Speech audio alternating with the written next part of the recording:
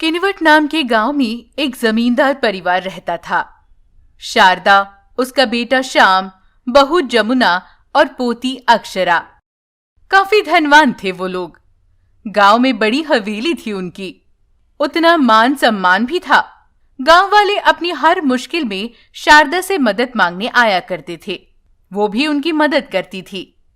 दिन बीत रहे थे।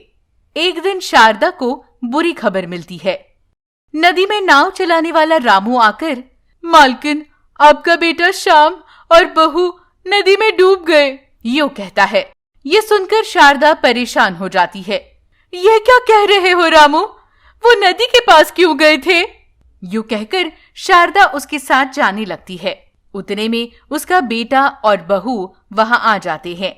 उन्हें देख शारदा रामू से पूछती है, रामू, सच बताओ, तुम्हें किसने भेजा?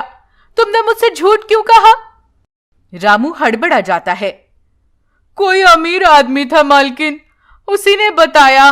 वो भी बहुत हड़बड़ा हुआ सा था, इसीलिए मैं परेशान होकर यहाँ सीधे आपको बताने आ गया। शारदा सोचते हुए उसे पूछती है, यूं बताने से उनका क्या फायदा हो सकता है? मेरी तो कुछ समझ में नहीं आ रहा। यूं ही दिन बीत रहे थे। पैसे की लालच में श्याम और उसकी पत्नी जमुना को कोई बेरहमी से मार देता है। शारदा व्यथित होकर, हे भगवान, ये कैसा दिन देखना पड़ रहा है मुझे। अपने बेटे और बहू के शव आंखों के सामने है। हमने कभी किसी का बुरा नहीं चाहा, फिर हमारे साथ ही ऐसा क्यों? मेरी पोती को मैं क्या जवाब दूं? छोटी अक्षरा भी, माँ, बाबा, उठिए ना, माँ, बाबा, यूं रोए जा रही थी। रामू उनके अंतिम संस्कार की तैयारी करता है। उस दिन शाम को वो शारदा से, बड़ी मालकिन, इसके पीछे किसका हाथ है मैं नहीं जानता। उन्हें ये सब करके क्या मिलेगा पता नहीं, पर आप सचेत रहिएगा, आपको भी खतरा है, यूं कहता है। शारदा ये सुनकर चिंतित हो जाती है। रामू, तुम तो जानते ही हो श्याम ने अपना व्यापार कितना बड़ा किया है। लगता है किसी की दुश्मनी है हमसे, इसीलिए तुम्हारी बात सही है, हमारी जायदाद के लिए हमारी जान भी ले लेगा कोई। मैंने सोच लिया है, कल से मैं गरीबों में अपनी संपत्ति दान करने वाली हूँ। ये बात गांव में सबको बता देना। रामू ठीक है कहता है। गांव में सबको ये बात बता देता है। उस रात शारदा और अक्षरा सो रहे थे।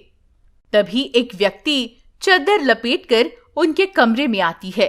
शारदा ये बात जान जाती है। वो तुरंत अक्षरा को लेकर पीछे के दरवाजे से रामू के घर चली जाती है। दरवाजा खटखटाती है। रामू, रामू, दरवाजा खोलो, रामू। उतने में रामू की नींद खुलती है। वो आकर दरवाजा खोलता है। सामने उन्हें देख, क्या हुआ मालकिन, आप इस वक्त यहाँ? तब शारदा उसे सारी बातें बताती है। जल्दी अंदर आइए, रामू कहता है। तब वो व्यक्ति वहां भी आ जाती है। शारदा गुस्से से, कौन हो तुम? क्यों हमारे पीछे पड़े हो? तुम्हें पैसे ही चाहिए ना, तो मैं दे दूंगी, हमें छोड़ दो, यूं कहती है। लेकिन वह व्यक्ति आगे आकर उन्हें मारने की कोशिश करती है।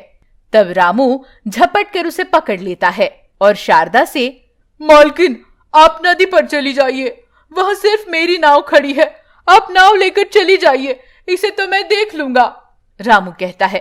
शारदा भी तुरंत अक्षरा को लेकर नदी पर जाती है। नाव में बैठकर दोनों जाने लगती है।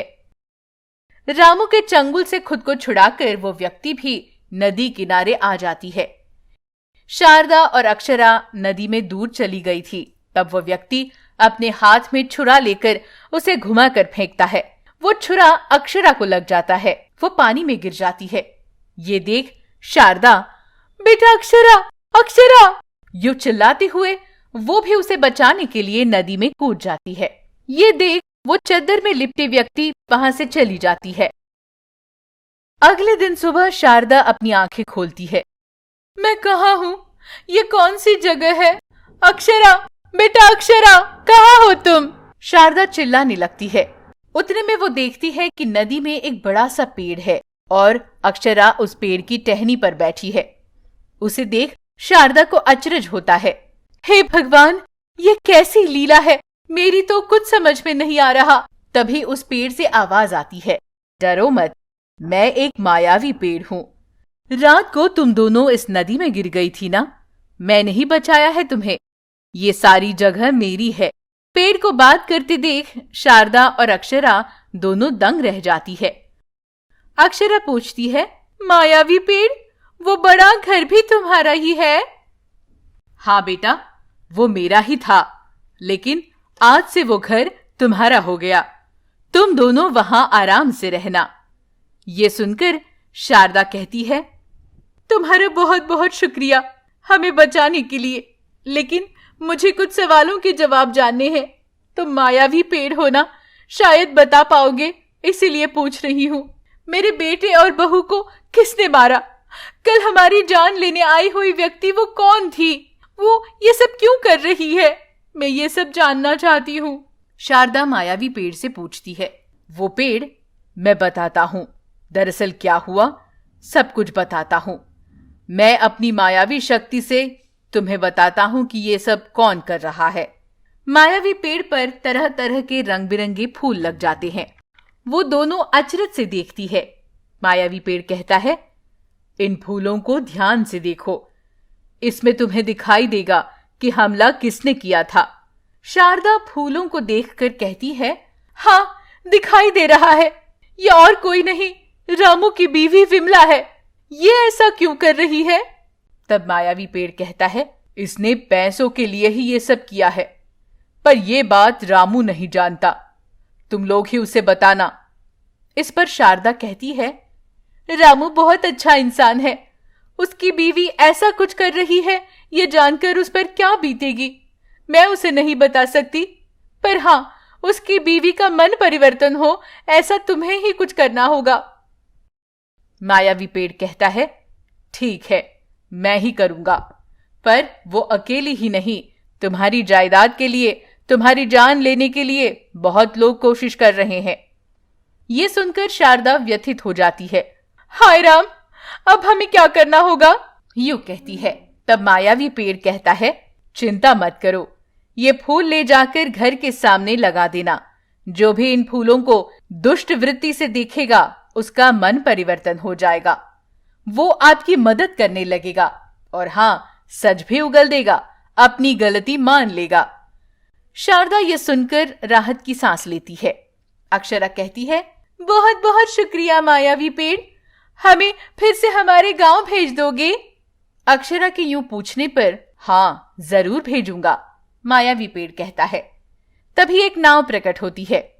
तुम दोनों इस नाव में बैठ जाओ, अपने गांव पहुंच जाओगे। शारदा और अक्षरा दोनों नाव में बैठ जाते हैं। मायावी पेड़ उन्हें वो फूल भी दे देता है। नाव चलने लगती है।